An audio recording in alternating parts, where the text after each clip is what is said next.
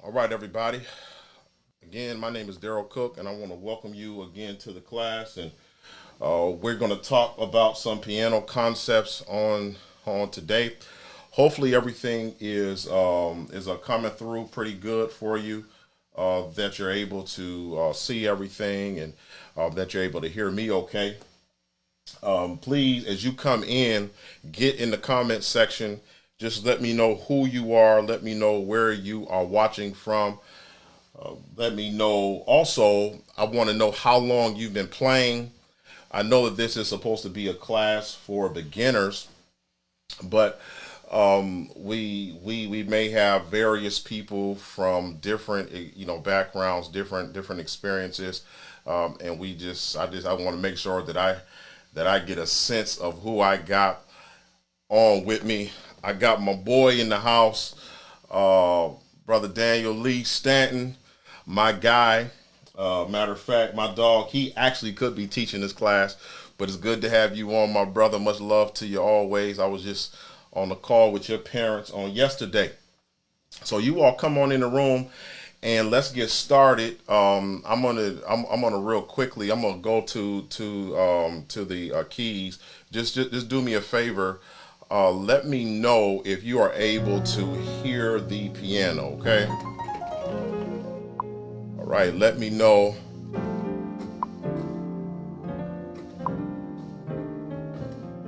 Let me know if you're able to hear me. Okay. And I'm gonna go ahead and get this thing going. I am I am excited that I get a chance just to do this because it is so very important that we take time to really talk about the importance of music.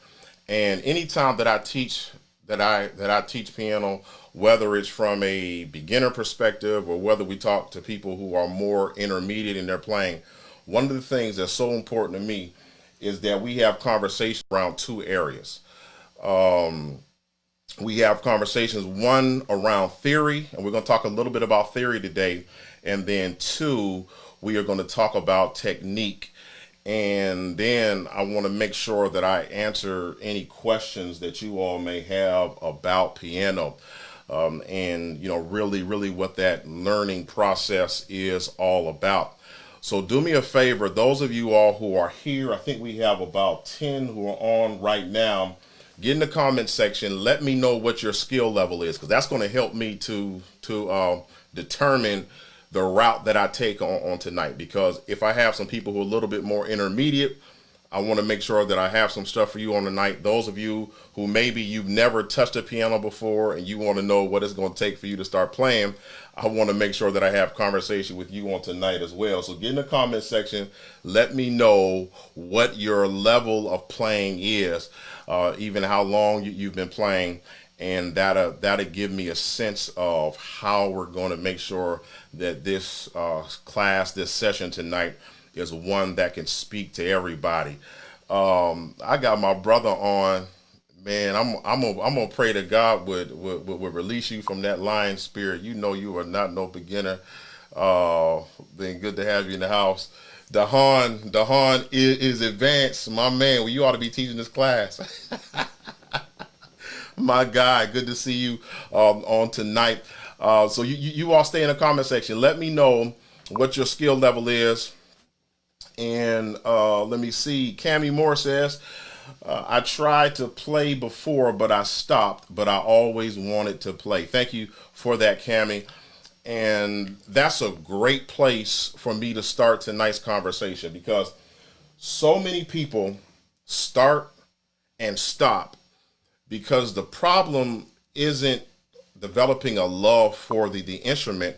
The problem at the end of the day for most people is not knowing how to gain momentum. And you don't gain momentum on piano by trying to do everything. You got to figure out what are those necessary steps to take and what are going to be those quick wins that you can develop so that you can build that momentum? How quickly can you get to at least playing the melody of your favorite song? Always like to do that. I always like to tell people whenever I do any teaching, I always want to figure out how can we get you to playing something that you like so that I can show you that piano doesn't have to be as hard as some people make it out to be. So why don't we start here, because I think this is the most important piece of tonight's conversation. I want to start with the musical alphabet, and I won't be here long. But why don't we start here? Let's talk about the musical alphabet. And I always tell people, if you can say your ABCs to G, and if you can count to 7 or 8, you can pretty much play piano. So why don't we start here, and let's just start with an A, okay? And one of the things that is so important is that you know the keyboard. You understand the notes that are on the keyboard, and that's just where I want to start. So an A is an A, and let's just start there. And if you can identify, okay, I see these 3 notes here, and these 2 notes, which is reading right now, G sharp and A sharp. In between those 2 notes, that white key, that is an A. Every time on piano, no matter where you are on the keyboard, this is an A. So if we find ourselves here between these 2, you see 1, 2, 3 black keys together, we see these, we know if I can identify these 2 notes here, and I can see that note that's in the middle, I know that is an A. So what you do after you identify this is my A. Let me give you this. Let me give you this overhead view. I can identify this A. Now all I want to do is I want to just do my ABCs. A, B, C, D, E, F, G. And all I did was take all of my white keys and I just said my ABCs. A, B, C, D, E, F, G. That's your musical alphabet, okay? So all of your notes on the piano is going to be one of those. It's going to be an A. It may be an A flat. It may be an A sharp, or it may be an A natural. But you're either going to have an A, a B, a C, a D, E, F, G. So those are the primary notes in the musical alphabet. Okay, so that's where we want to start, because you want to be able to identify the notes that are on the keyboard. And I know there are a lot of people who are proficient and they can play and they don't even know the notes. But I think that's the first place that we should start and really have an understanding. What are the notes within the musical alphabet? And again, I showed you how to find that A. You always look for these 3 black notes. And these 2 here, what's that white note in the middle? That's an A. Whether it's an A in a higher octave, or A up here, an A is an A all through the keyboard. And if I can find the A, I can just go up the white keys and say A, B, C, D, E, F, G. Once I get to G, it starts over again at A again. All right. So that's the first thing that you want to learn, is you want to know your musical alphabet. And I know some of you guys who are a little more advanced, just hang with me, because I'm going to build on this as we go. But it is important that you have a solid foundation to build on. One of the things that is important with every building you see, with every house you see, is the foundation, because the foundation is the very thing that's holding everything up. And if you got a poor foundation, you've got a dangerous place. You've got a dangerous house that's going to collapse eventually. And so what we're talking about right now is we're talking about foundational stuff. So we want to know our musical alphabet. That is the first thing that I always tell people, because you want to know the notes that are on the keyboard. You all let me know if you feel like I'm going too fast. But the number one takeaway today is I want you to know the musical alphabet, A, B, C, D, E, F, G. And I want you to be able to identify the notes on the piano. Now, let me just quickly talk about the notes that are on the piano, okay? So if I can find an A, The next thing that I think is important is that we understand the distance that exists between notes. And the distance that exists between notes, here's a term for you. It is an interval. So there are a couple of intervals that are important. The first interval is a half step. I want you to know what a half step is. And whenever we say a half step, we're talking about the immediate next note, whether it's to the left or to the right.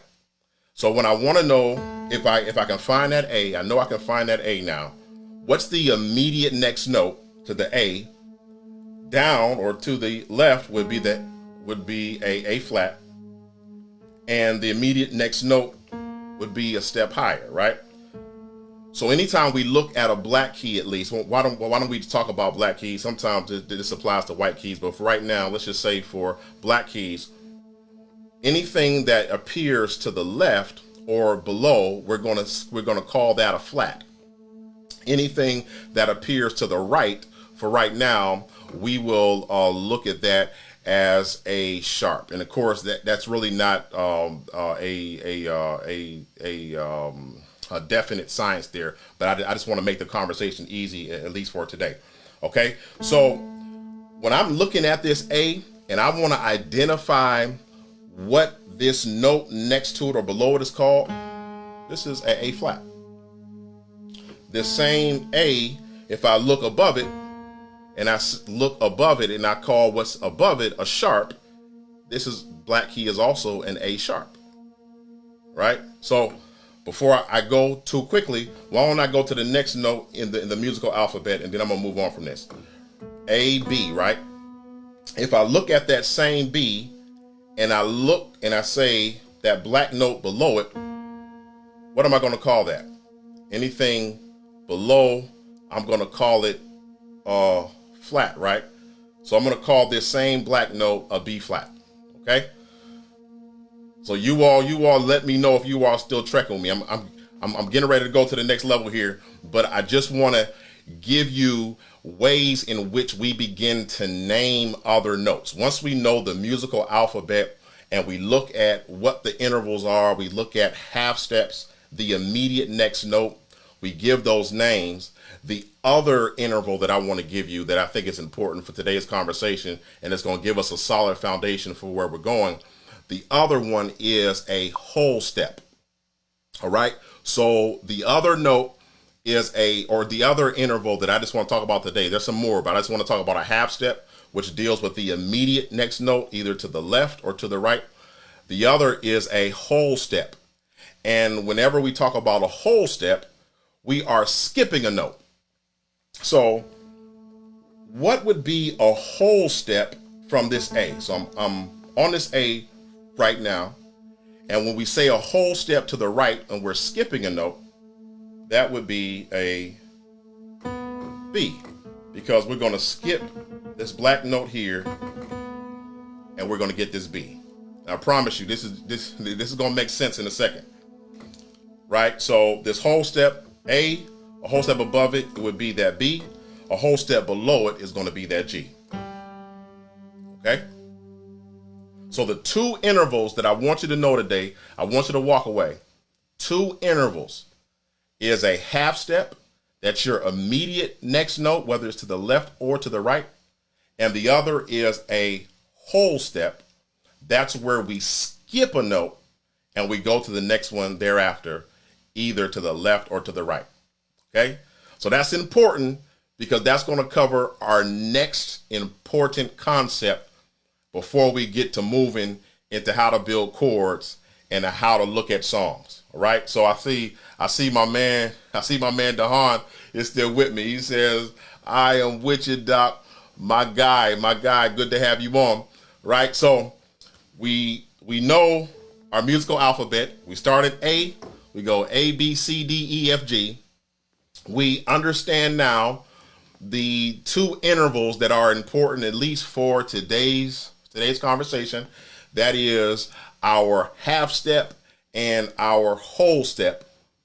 Now, the next part of the conversation that is important for every beginner, and this is fundamental. This is another pillar of the foundation, and that is our major scale. And I want to say this off top because I work with a lot of musicians who don't necessarily read music, but they want to play by ear, right? So I grew up playing in a Black Baptist church.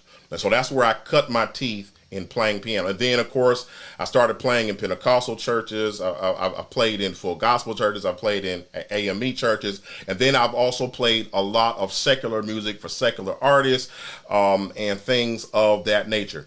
But the principles that I learned are transferable, and they all come down to an understanding, first of all, of the musical alphabet, but number two, the most fundamental concept for me is the major scale. And if you can understand the major scale and all of the ways in which you can see the major scale, it will unlock your playing and your ability to play by ear. Okay. And I want to say this off rip. I don't think that we ought to get into a conversation of whether you need to read music or not. I know a lot of talented musicians who can read, a lot of talented musicians who cannot read, a lot of talented musicians who play by ear, a lot who can't. I know guys and girls that cross between both worlds. The main thing as a musician is that you are constantly growing and that you are constantly evolving. So don't get lost in that argument. But let me go here because I want to get into the conversation around major scales. And this is so very important. So we know how to find the A. What I want to do is I want to go to our C. So A, B, C. So what I want to do is I want to go to our C, and the first scale that every musician I believe ought to learn, because it's going to help you to really see the piano clearly, that is the key of C. Right? Now, of course, the first scale that I learned, the first key I was playing in was C sharp and A flat. Those were my keys. Those are the church keys. But I believe that the key of C is a great place to start because the key of C will help you to see the piano, right? So we're going to play the C major scale. And I'm going to show you just the notes of the major scale first. And then I'm going to talk about the pattern of intervals that are important. Let me go to this view. All right. So on our C major scale, we've got C, D, E, F, G, A, B, C. Right. So we're going to start C, D, E, F, G, A, B, and then we're going to be back on the C. So hopefully, my MIDI keys isn't slow behind my fingers. Let me just play this slow. C, D, E, F, G. And after G, remember, we still start back to A again. A, B, C. Right? So now let me bring this back around. Why were the intervals so important? The intervals are important is because if we know the relationship of the interval, whole step versus half step, we understand that relationship, we can detect a pattern. And there's a reason why this pattern is so important. So what's the distance between a C and a D? That's a whole step. So I want you to write down W. Write W. Let me write this down with you. So if you are taking notes, I want you to write down W, and that W stands for whole step. I want you to write down a second W, and that stands for whole step. Next, I want you to write down an H, and that stands for half step. Next, I want you to write down another W. That stands for whole step. I want you to write down another W. That stands for whole step. And another W. That stands for whole step. And just for the sake of conversation, we'll just write down another H for half step. Okay? So let's try that out again.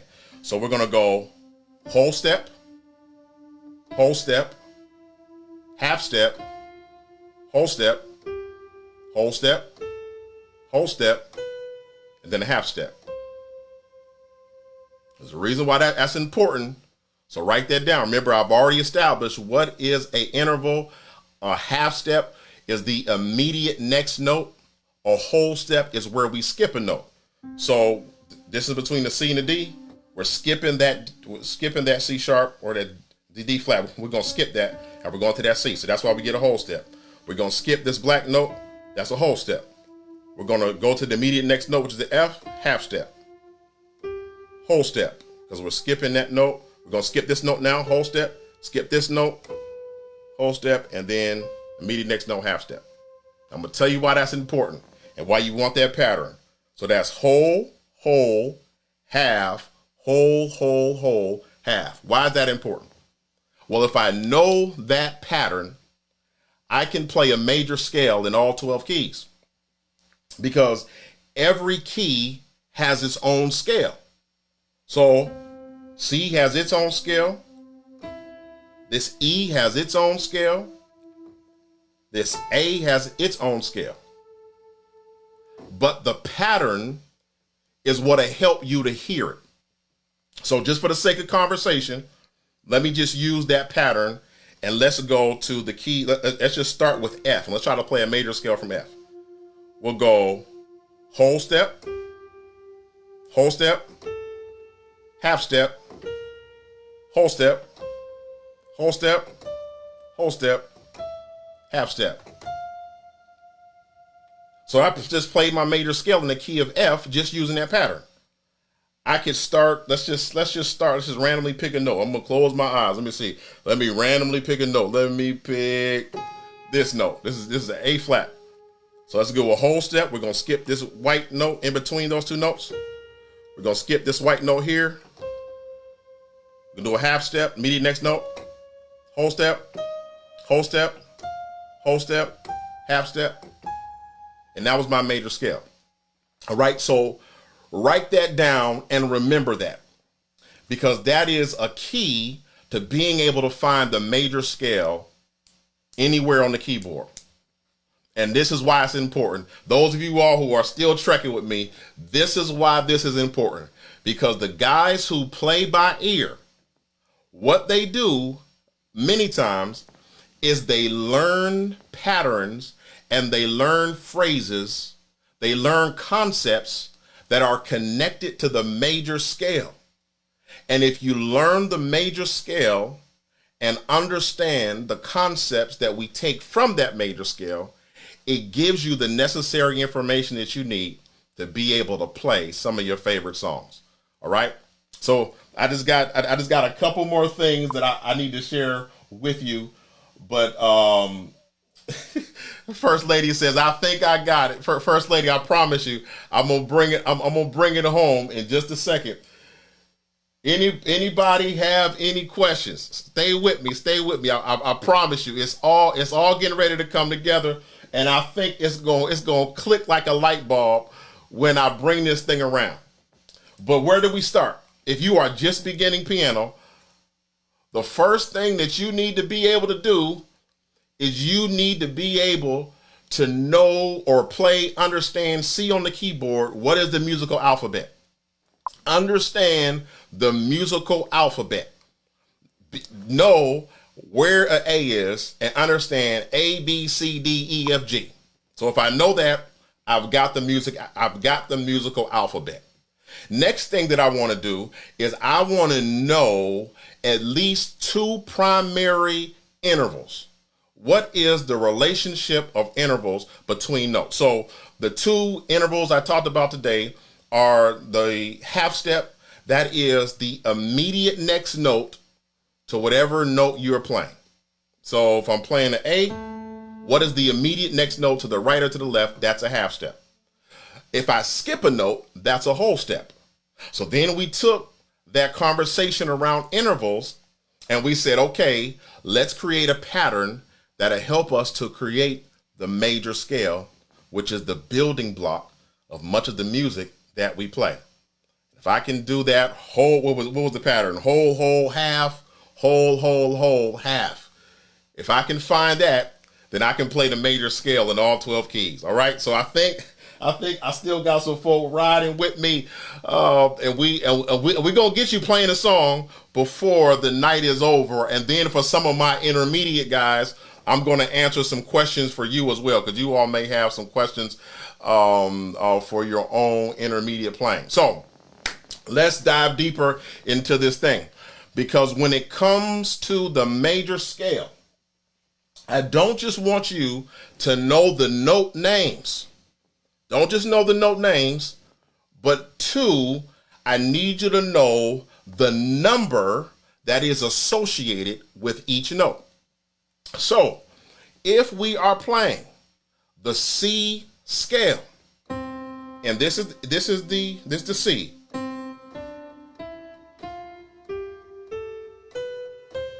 If we are playing the C scale, I want you to know that the C is 1. It is the root. It's the tonic. It is the 1 of the key that we're in. So if we're starting on C, we're playing a C major scale. C is the 1. So what we want to do now is we just want to count 1, 2, 3, 4, 5, 6, 7. And once we get to this next C, that can either be, we need to call that 1, or we can call that 8. But I'm just gonna count from 1 to 7 for right now. So we're gonna go 1, 2, 3, 4, 5, 6, 7. Right? So we're gonna count from 1 to 7 after we know the major scale. Right? So I want you to visualize this. If you all have a keyboard, you follow me at home, just make sure you do that. 1, 2, 3, 4, 5, 6, 7. Be able to do that. Know that if I'm starting on C, and this is the key I recommend. If you're just starting out, this is the key that I recommend that you get comfortable with. 1, 2, 3, 4, 5, 6, 7. Okay? So now this is where things get interesting. Because if I know the names of each and every one of these notes, and I know the numbers that are associated with these, now what I can do is I can get into conversations like, how do I go about the process? Let's just start here. How do I go about the process of building chords? Well, if you know the major scale, C, D, E, F, G, A, B, C, if I know that, now I can build a chord.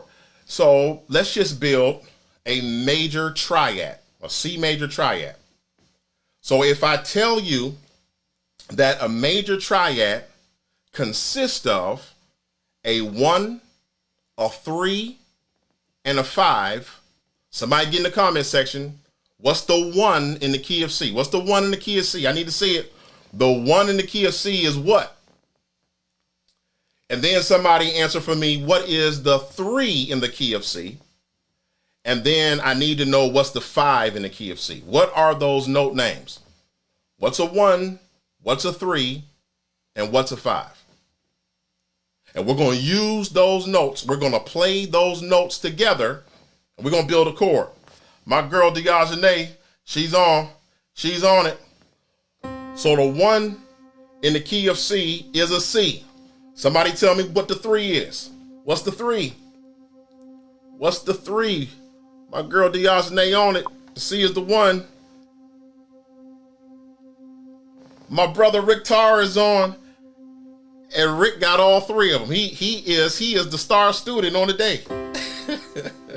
He is the star student. That is it. You all are on it. I see you. I see you all. You all are doing well. You all are trekking with me. So if I'm going to build a C major chord, a 1, 3, and a 5, that's a C major chord. Okay? That's my C major triad. So let's just do a thought experiment. Let me just go outside the box for a second. And let's just say that you've already studied the relationship of intervals that I talked about earlier. You know a half step, you know a whole step, you know the pattern that will build a scale in whatever particular key that you're in. So let's just go to the key of A for a second. Let's just play an A scale. Okay, so 1, 3, and a 5 gives us an A major chord, an A major triad. So the reason why we want to know the note names, we want to know the names of the notes as will relate to how they appear in the scale, we want to know the numbers that correspond, is because it gives us information that's transferable no matter what key we end up playing in. People get tripped out. Man, there's 12 keys on the piano. There are 12 keys, but there are transferable principles that if you get the principles, it helps you to apply the information no matter where you are. So let's build a minor chord. Let's just quickly build a minor chord, and then I'll tell you what. I'm going to build 4 primary chords, and then after I build these chords, and we're going to build these chords together, then we're going to walk through a song. Okay, so we're going to talk about how the scale helps us to give language to music. So let's build a minor triad. So if I told you that the minor triad is just a 1, a flat 3, and a 5. A 1, a flat 3, and a 5. Somebody give me the 3 or the flat 3 in the key of E. Or I should say in the key of C rather. In the key of C, what's a flat 3? Now remember, I said notes that appear to the left, we're going to call those flats. And notes that appear to the right, we're going to call those sharps. So what is the flat 3 of C? So we're going to start with the C as our 1. To build a minor chord, we need a flat 3. We already have the 5. What's the note that I need to play in order to make this minor chord complete? My girl Diogene, she says E sharp. So close, so close. It's definitely an E. But if I played an E sharp, Diogene, I would be playing another name for the E sharp is F. I would be playing that, and that's not quite a minor. So if it's not an E sharp, what would it be? Somebody get in the comment section. What would it be if it's not an E sharp? It's an E flat. There it is. So that is my second primary chord. So I built a major chord by saying 1, 3, 5. I built a minor chord by saying 1, flat 3, and 5. So I want you all to do me a favor. Get in the comment section, and I'm going to play a major chord. Take a listen to the major chord. Take a listen to the minor chord.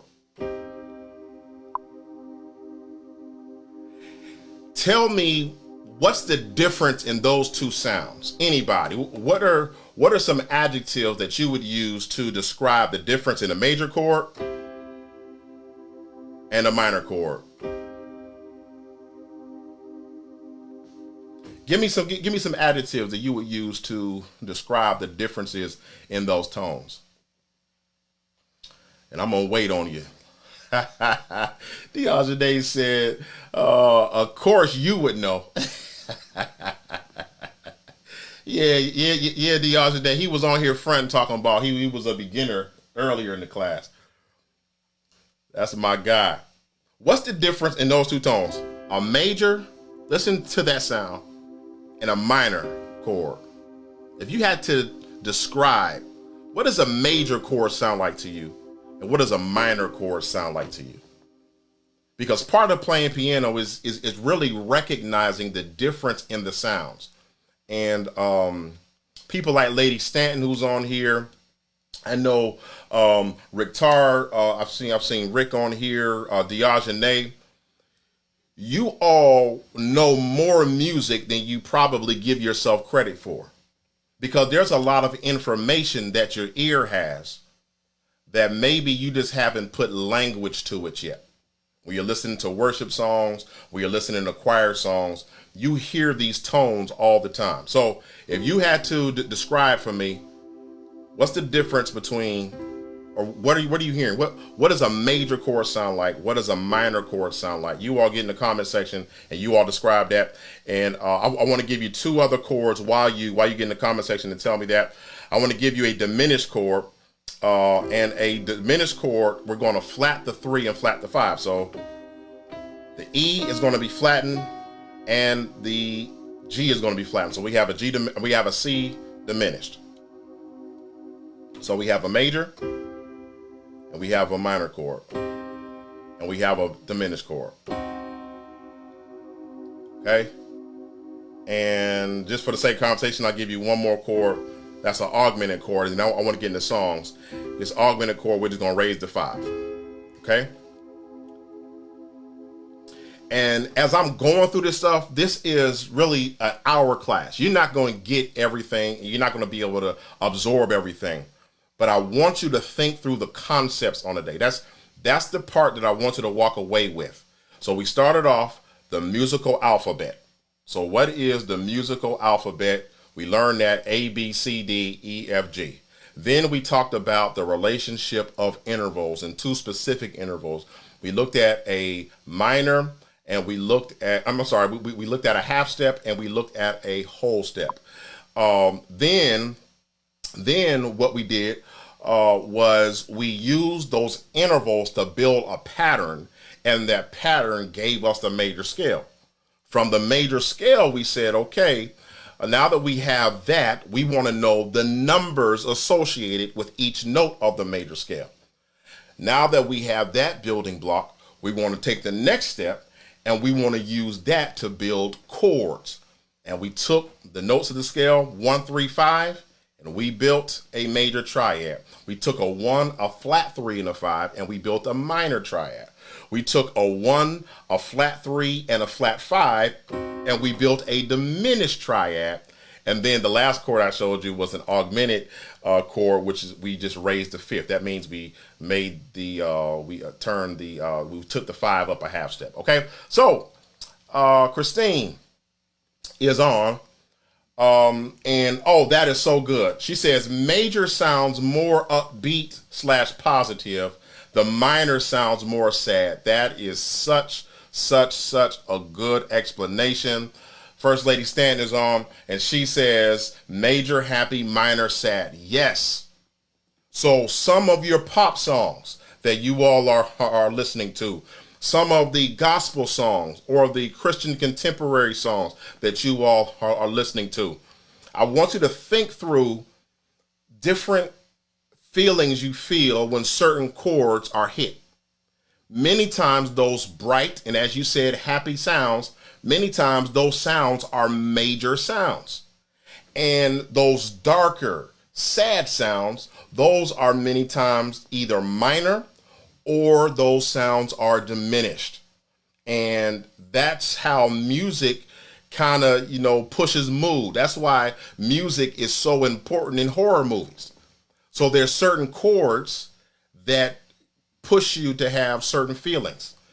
And so that's why music is so very important. And I want you to start thinking some of those songs that you hear in different places that some of those songs go.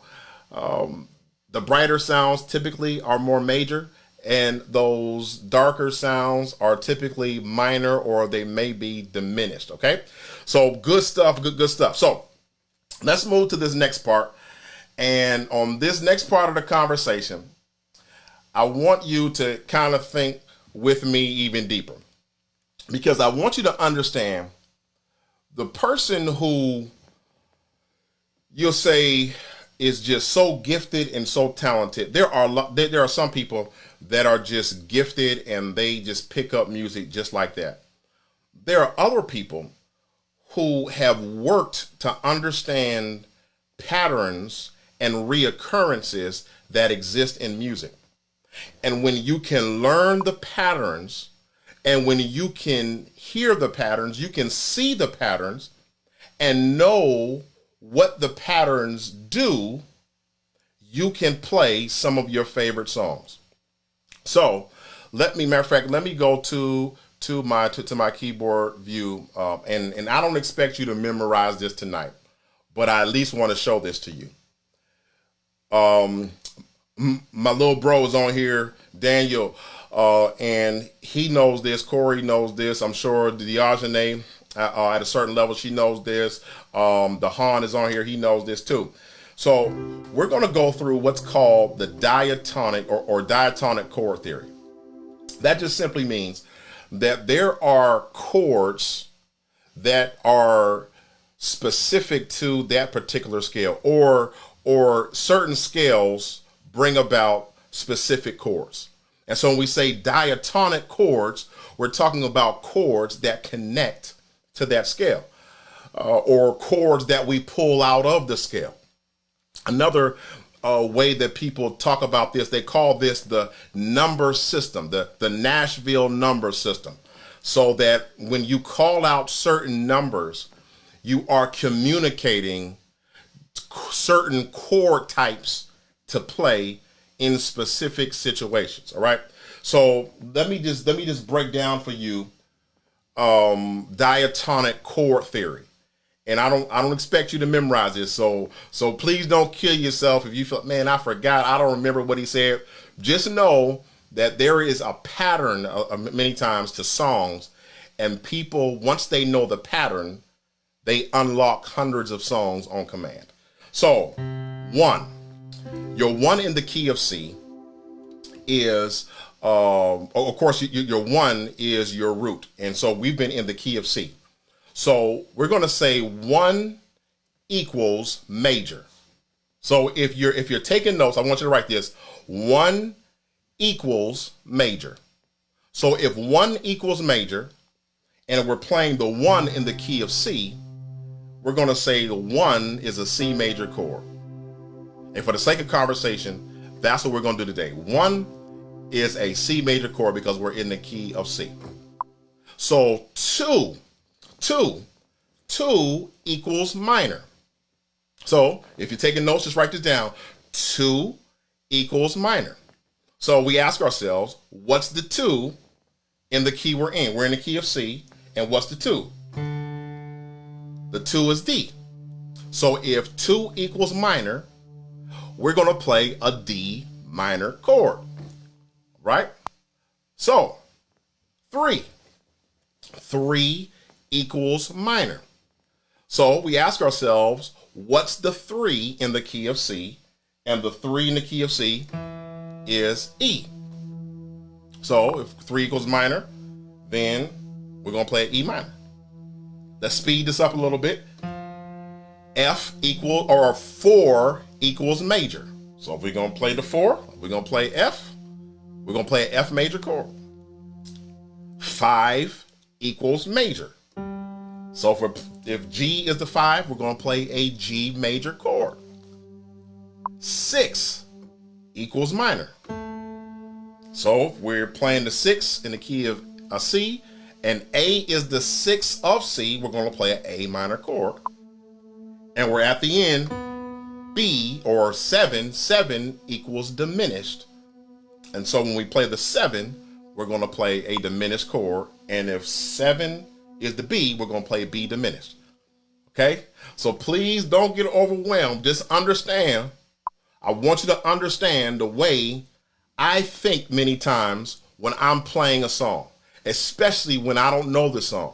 There's several times people ask me to sit down at the instrument, and I've got to play a song maybe I only heard one time, but my bass player, so let's just say you all know my boy, Patrick Lyons.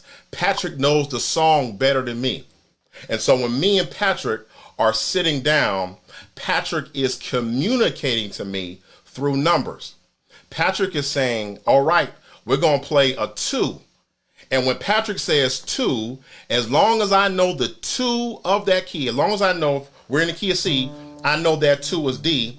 Patrick, when he says 2, I'm not just hearing 2, I'm hearing probably D minor. So I'm going to play a D minor chord. So then Patrick says to me, Cook, we going to the 5. I'm 5 equals major. Okay, so I'm going to play a 5 major. I'm going to play a G major chord.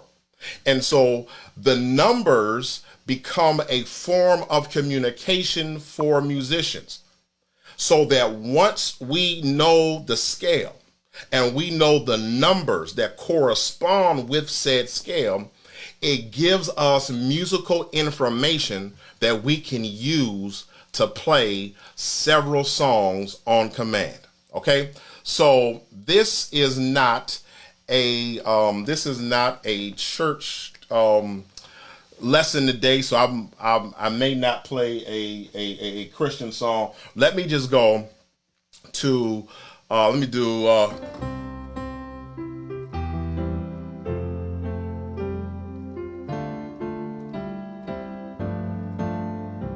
let me play Twinkle Twinkle Little Star.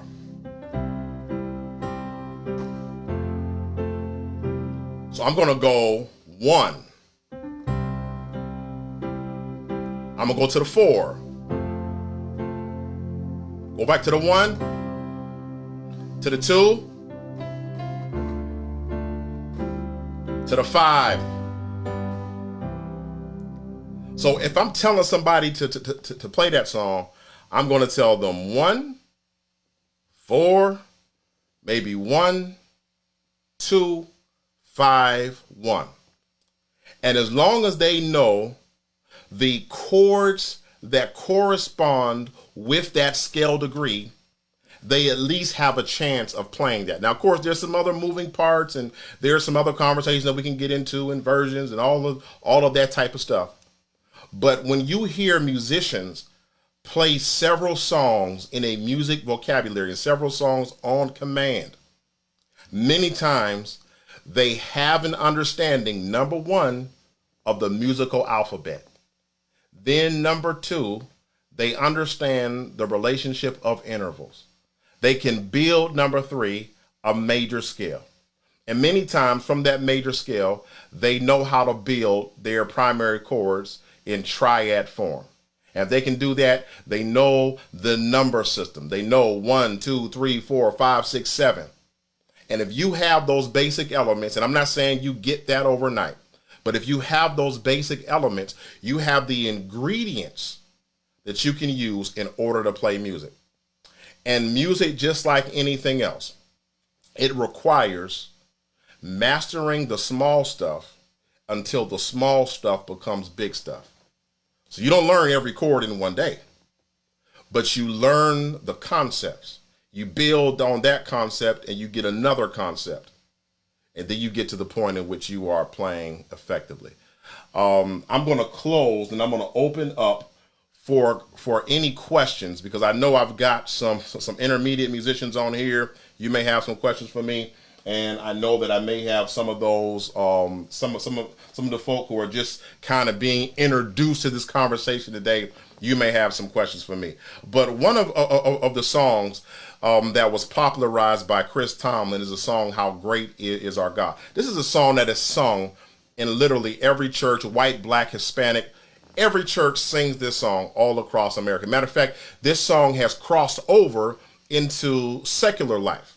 And so there are even secular spaces that sing this song, "How Great Is Our God." It is not just confined to the church world. And so when we go through that song, one of the things that we can do is just have a basic sense of the diatonic chord theory. That's a 1, 1, 7 to the 6.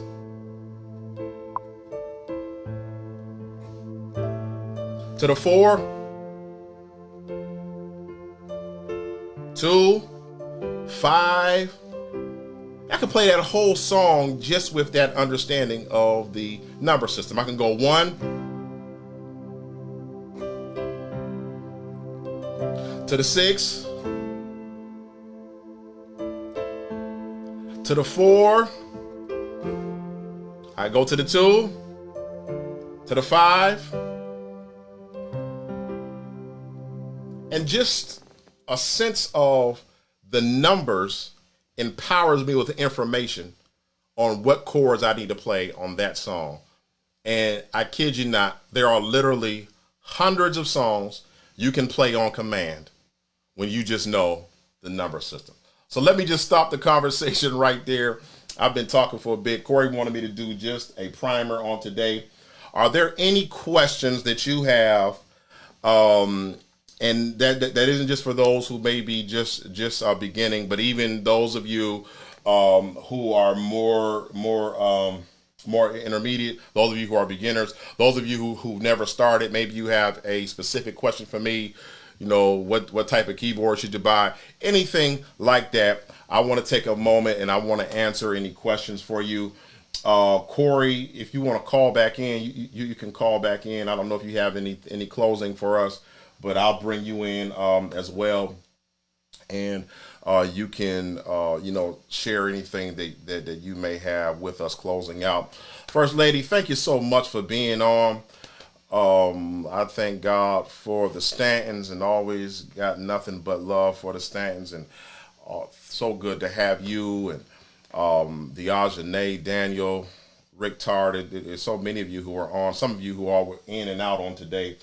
I thank all of you for just hanging out with me. And it's been such a blessing. Sean Graves says, what's a good starter piano? Sean, that's a great question. I would say it really depends on what you want to do. So if you want something that is weighted, so if you want something with weighted keys, there is a piano, I think it's called the Williams Allegro. It was version 2. I think they now have version 3 out now. And that is a nice weighted keyboard. And the Williams Allegro, I think at the time it was around $200 to $300. Great keyboard. Also, the Casios are always great starter keyboards as well. You can find those in 61 as well as 76 keys. You can find those on Facebook Marketplace. You can also find those on Amazon. But those are always great as well, just to kind of get your fingers around chords. But if you want to, if you want to, invest in something weighted, and you don't necessarily want to break the bank, the Williams Allegro is definitely a good keyboard. The Casio keyboards are good. If you want something that is more in the between the $700 to the $1,500 range, my favorite keyboards in that range are definitely the Yamahas. So anything like the motifs, the montages, I love all of those. And if you really want to spend some money, the probably my favorite feeling board right now, and it's just me personally, aside from the Yamahas, that would be the Nords. So I love the Nords. But I would just say, starting out, those Casios, those are great places for you to start, just to get your fingers around the instrument. And if you want something weighted, the Williams Allegro 3. That's a good board as well. I'm trying to bring Corey in. For some reason, I can't get him in. Corey, try to call in as well. One thing I will say, Sean, is if you buy a MIDI keyboard, understand MIDI keyboards do not come with sounds. So if you're going to buy a MIDI keyboard that is just a straight MIDI board, you are going to need a computer or an iPad that has sounds on it. All right. Let me see if I don't know what's going on that I can't get Corey to call in. I'm going to turn that off and I'm going to turn it back on, Corey. Try one more time, Corey. We're gonna try to get you in. Anybody else have a question for me? Sean, thank you so much for being on. Miss Brenda Johnson, always good to see you, my sister. Always love when I see you, and thank God for you. And you are another one of those singers. I wish I could sing, but certainly thank God for you and for your gift and for you being on tonight. Anybody else? My man Danny, good to see you. Sister Pryor, I'm glad that you made it on tonight. Good to have you as well. Thank you so much for joining us. Amen. All right. Corey, try to call back in one more time. I don't know what's going on. But try to call back in one more time, and if we can't get you in, we'll go live again. Let me see. Is that my girl Skittles? My girl Ariane, what's up, baby girl? Much love to you. Good to see you on tonight, and thank you for joining us. Well, family, I don't see any more questions, and I can't get Corey on. So what I may do is I may just start another live and just let Corey give some closing comments on that. Nalea, what's up, Nalea? You got a question for me? I'm glad you were on tonight. What's up? You got a question? Good to see you. And I think you had your keyboard out. So hopefully I wasn't talking too fast. So come on, any questions?